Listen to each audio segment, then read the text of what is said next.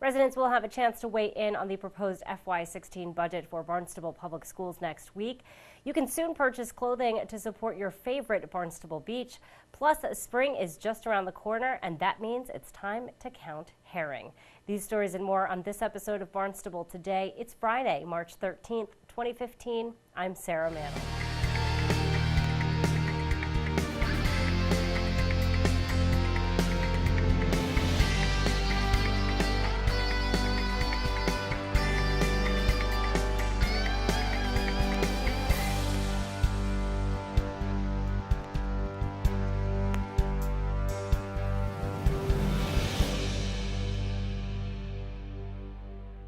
Superintendent of Schools Dr. Mary Schakowsky is proposing a $64 million budget for fiscal 2016, a 3.5% increase over last year. Early childhood learning is a major funding focus for the coming year, and the budget proposal includes 4 new positions.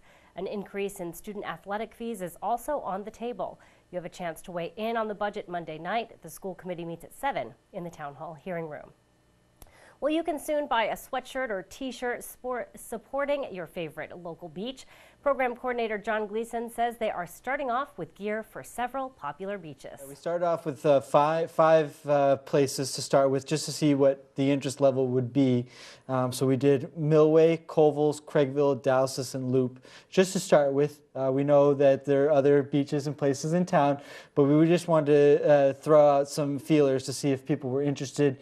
So we chose those 5 locations, and then come the spring and summer, we'll have, most of the places we have, and we'll have those available for them. Right now, the gear is only available for pre-order. You can contact the Recreation Division for more information.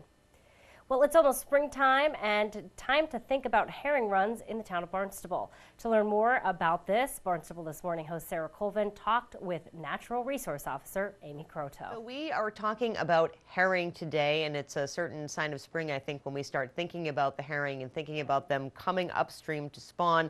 Before we start talking a little bit more about some specific projects, can we talk a little bit about herring themselves? I understand there's 2 kinds of river herring. There are. So the herring family itself is comprised of Atlantic herring, menhaden, sardines, American shad, and then river herring, of which there are 2 types. There are the alewife and the blueback herring.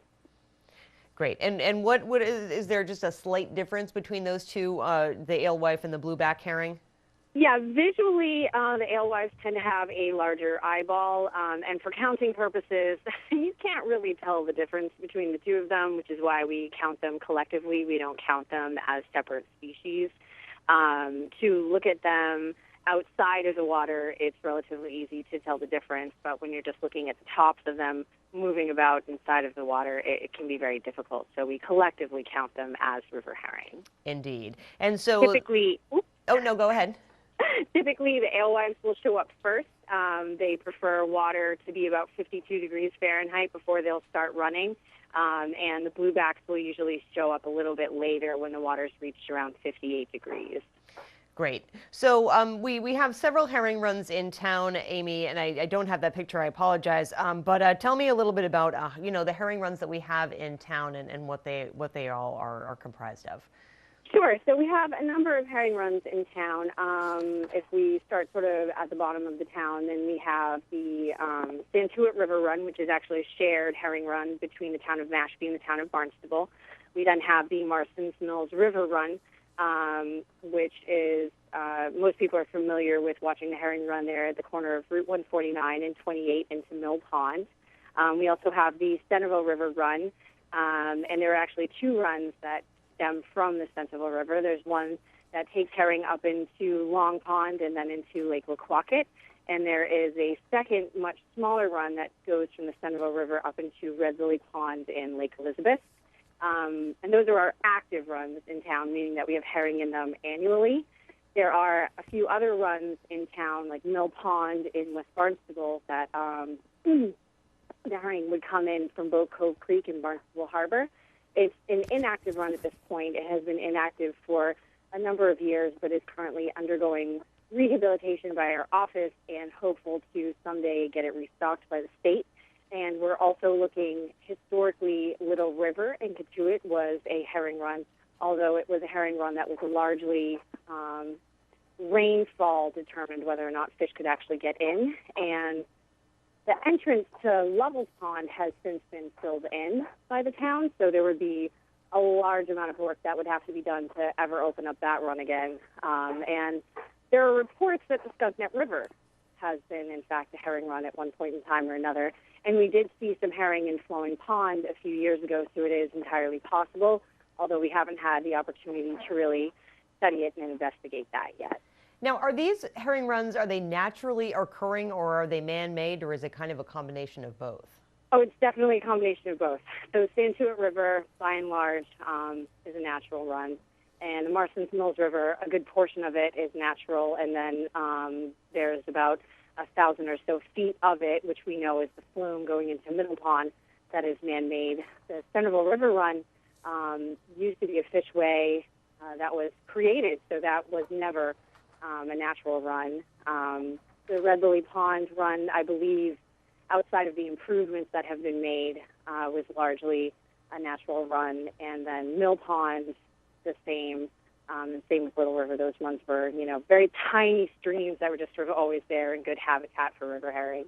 Indeed. So let's talk a little, Amy, about the count. And I know that's something that's done every year. There's some concerns about the number of herring, and they're really such an integral part of the food chain. I mean, I think everything eats them, and they do good things for the water. So tell me a little bit about the count and why it's done. The counting is done mostly because you want to be able to track how your herring populations are doing. Herring are not only important as a food niche, but they're also called a keystone species, which means they are a reflection of overall coastal ecosystem health. So it's important to watch those populations and see what they're doing. When a population that's that important is in decline, then you know that your coastal ecosystem is suffering in some way, and trying to figure out what that is so you can, fix those problems and then hopefully revive your herring population. It can be a difficult task. The counters are extremely important in helping us get that valuable data. Herring run at all different times of the day, and sometimes people say even at night, and, they show up and it sort of all happens at once. And without people there keeping track of how many are going over those fish ladders and into the ponds to spawn, you don't really have an idea, other than seeing a lot of them or not a lot of them, from year to year, how your population is doing. And recently, now that the last 3-year moratorium has ended from Division of Marine Fisheries, the Atlantic States Marine Fisheries Commission has become involved and has taken an active part in the management of river herring. And in order for any runs to open in the future, towns would need to put together a sustainable fishery management plan for each individual one that they would want to open harvest. And without count data, you don't know what sort of threshold you're working with a population, whether or not they can actually sustain harvest or not. Indeed. So you have a new pilot herring count program happening this year. Tell me a little bit about that pilot program. I do. So there's already a count program in place for the Marston's Mills River. It's one of our more active runs in town, and Three Bays Preservation has taken over that count program for the past few years and has a very successful count program. The Santuit River, where it goes into Santuit Pond, is actually in the town of Mashpee, and the town of Mashpee had started a count program last year or the year before that for that run, and we're considering starting a secondary count for that run in 2016. But for this year, we thought we would try a pilot program count for the Centerville River Run because there has never been a count program for that run, and so we have absolutely no count data on that run. So we'll be offering a training session for volunteers who might be interested in counting. And that training will be held next Saturday, March 21st, at the Marine and Environmental Affairs Office. That office is located at 1189 Finney's Lane in Centerville at 1 p.m. Croteau says all are welcome. For more information, you can contact the Marine and Environmental Affairs Office. Well, be sure to tune in to our hour-long news program, Barnstable This Morning, weekdays at 7 a.m. On Monday's show, we will chat with Town Manager Tom Lynch, Superintendent of Schools Dr. Mary Schakowsky, plus we'll have all the news and information you need. For Barnstable Today, I'm Sarah Mannel.